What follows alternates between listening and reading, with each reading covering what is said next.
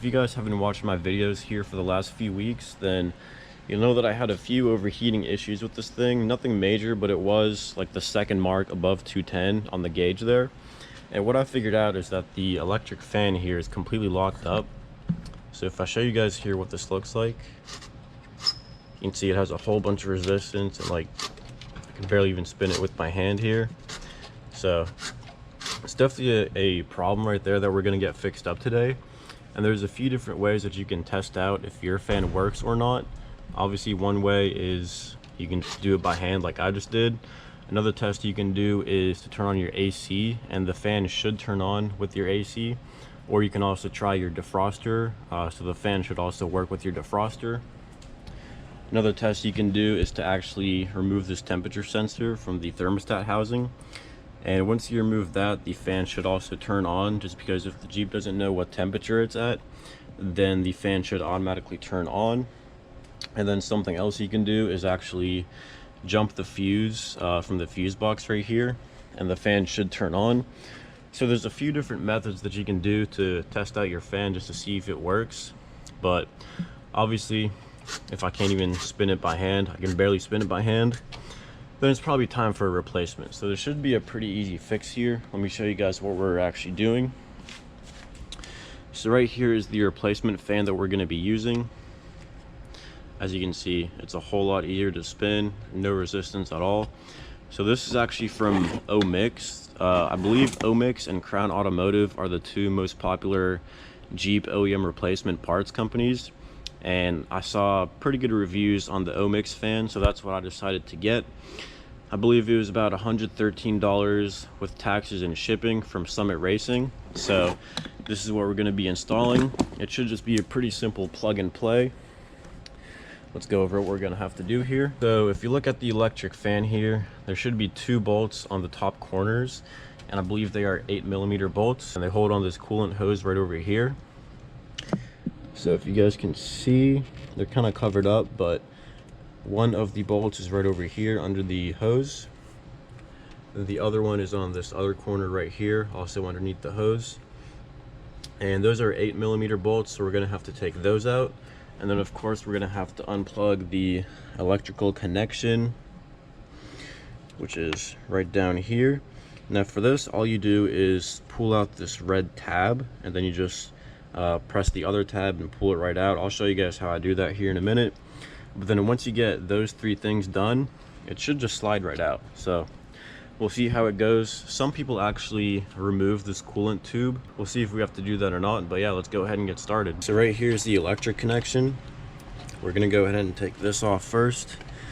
It is kind of attached to the fan here, so you just have to remove that like that.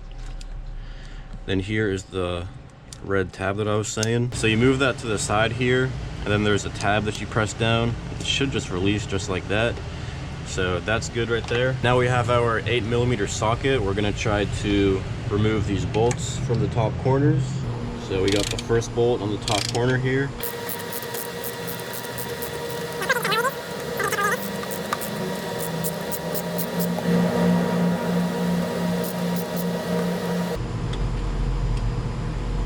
Okay, so we got that out, and it seems like it's just attached to this little plastic holder for the coolant tube. So we're gonna leave that in there. Now try to do the other side here. All right guys, so we ended up having some trouble taking the bolt off of the driver's side bolt right here. We think it might be stripped a little bit. So we took this coolant hose out and just set it to the side here. So it was a little bit hard to actually take off of here. You just have to pull with a little bit of force, but it came off eventually. And hopefully this will give us some more room to try to get this bolt out of here. All right guys, so like I was saying, the head of this bolt is a little bit stripped. So we have to go pretty slow when doing this, just so it doesn't keep jumping off. But getting that coolant hose out of the way helped a little bit to give us some more room. Okay, so we got this other bolt out. Now we'll see if we can just take the fan out.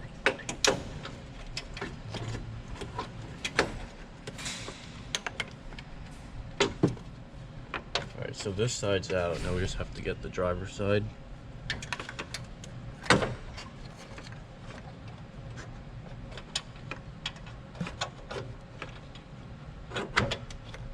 Okay. so there it is. All right, so we can do a quick comparison here. This is the old one. You can see it barely spins at all, just with my hand. Here's the new one. Spins a lot easier. Right here is where the electric fan was. And as you can see, there's these two tabs, one right there and one right there. So that's where it's supposed to fit into. And then of course we have the two bolts holding it on the top corners. So we're gonna go ahead and try to put the new one in here. So let's see if this thing goes in smoothly.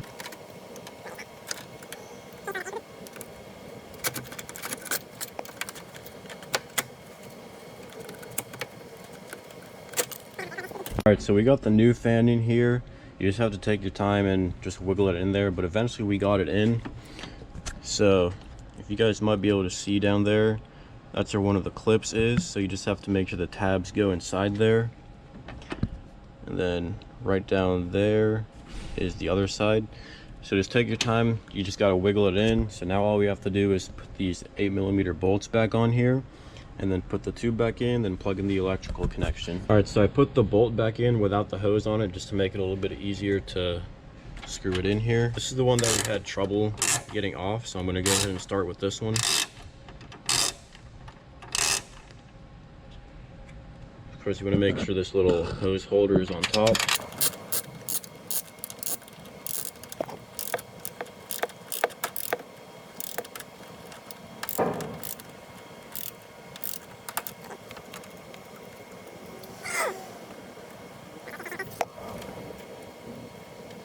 Alright, so we're going to go ahead and take this little hose holder off of the other side here and just screw it in by itself.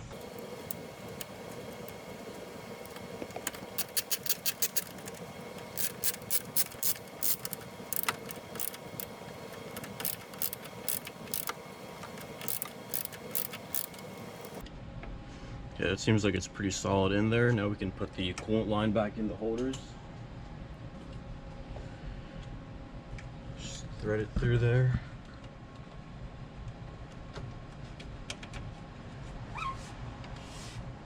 Alright, that's good. Now we can do the other side right here.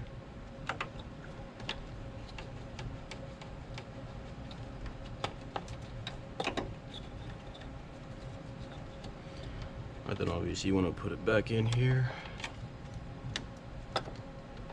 Alright, that's good. Make sure this is all good too.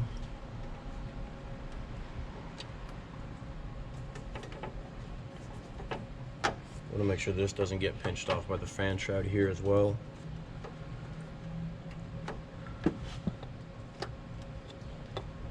So that's pretty good. Now we can plug in the electrical connection down here. So with this, like I said, all you got to do here, plug that in, then push this little tab in to lock it. It should just sit right here. The old one had a little pin that held this little connector into the fan. This one doesn't have that, so it's just going to be resting here. Shouldn't be too big of an issue.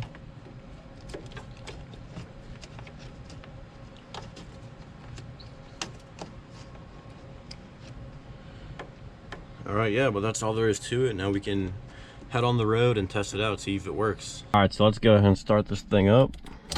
Hopefully nothing blows up. Alright, everything seems good. Let's go ahead and pop the hood. We can turn on the AC and see if the electric fan turns on. Alright, so right now, of course, it's not turned on because the AC is off and we just started the Jeep, so it's still low temperature. But we can go ahead and turn on the AC and see what happens. Alright, let's go ahead and turn on the AC. Is it spinning? No. Alright, so one thing that I've heard is that on the 2000s and 2001s is that the electric fan doesn't always spin when the AC is on. So we might have to see if it gets up to temperature and then see what happens with the fan. But yeah, the AC is on. We can also try the defroster maybe, see if that helps. So defrost is right there. Still don't think it's on, but we can wait for it to get up to temperature and then see if it works. But as of right now, it's not spinning. All right, guys, so you can see right now we're still not at 210. We're gonna go drive around for a little bit, and I believe the electric fan is supposed to kick on at like 218 maybe, but we'll see if anything happens, because so far I couldn't get it to turn on. just by turning on the AC and the defroster. So we'll see if we can get it to turn on. All right, so we're a little bit above 210 right now, and I can barely hear. It's like a faint fan, so I don't know if it's actually the fan or something else, but it's very faint. I can't really hear it too well, but yeah, we can get out here soon and see if it's actually spinning.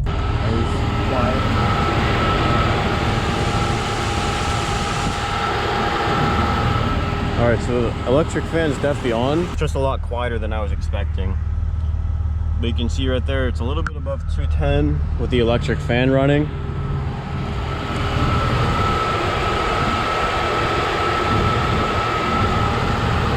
All right, so as you guys can hear, you can actually kind of hear the electric fan just barely.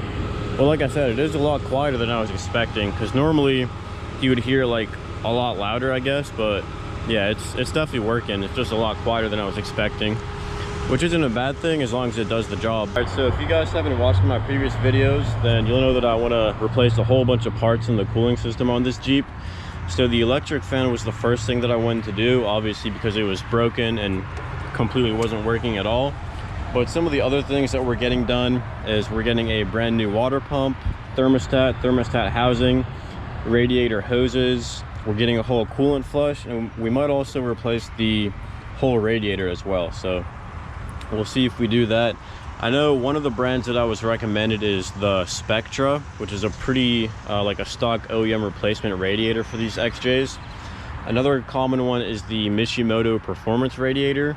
I'm not sure if I want to get that one because I'd rather just stick with something stock. So other than that, we're also replacing the serpentine belt, and we also might get a new idler pulley on there as well. So probably here in the next few weeks, you guys can expect a video on all of those cooling parts being replaced. And yeah, we'll see how it does then, because as of right now, the coolant is still pretty low. Like, it's not completely full, so we definitely have to get it flushed, at least flushed. And I figured if we're doing that, we might as well go ahead and replace some of the other cooling parts just to keep it fresh. In the beginning video, I told you guys you can actually test the electric fan by turning on the AC or the defroster. So I believe in the 2000s and 2001s that actually does not apply, because as you guys saw, I turned on the AC and the defroster and the electric fan stayed off. But once the temperature rose up to above 210, then it actually turned on. So it does work, so I'm definitely glad about that. I'm happy I didn't buy a broken fan or the wiring isn't messed up in the Jeep. Yeah, like I said, we got the O-Mix replacement OEM fan for the XJ. I know another popular one is the Crown Automotive, two popular Jeep OEM replacement companies. So you'd be fine most likely with either one of those, but on Summit Racing, the O-Mix fan had better reviews, so that's why I got that one. And like I said, it was 113 bucks with shipping and tax. It seems to be working pretty well. It does still run above 210, but that's only because it's like 90 degrees out right now and the coolant isn't full. Definitely needs to be flushed, which we are getting done here in the next few weeks. Yeah, so far I'd say I'm pretty happy. Of course, the fan is not the only part of the cooling system. There's a lot more that goes into it, which is why we're replacing a lot of the other parts as well. But the electric fan is something that I wanted to do first because I know for sure that it was broken, and I just wanted to get that on there as soon as I could. So that's why I did that first. And yeah, pretty simple install. Like I said, just those two 8mm bolts.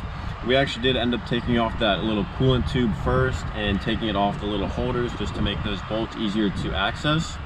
And the driver's side bolt was actually a little bit stripped, so we just had to take some more time and apply more pressure to actually unscrew it and get that out of there. Once the bolts were out, we had to literally just lift the fan out and then wiggle the new one back in there. You got to make sure you line up those two tabs in the bottom, and then you can screw in those bolts. I just screwed them in without the hose and then thread the hose back through the holders. Of course, you need to remember to unplug it first, and then when you put the new one, obviously plug it back in. That's pretty much it. If you guys have any questions or comments, make sure to leave those down in the comment section below. And if you guys have any video suggestions for videos you would like to see in the future, also drop those down in the comments below. And if you guys liked this video or found it entertaining, make sure to like, comment, and subscribe. And as always, thanks for watching.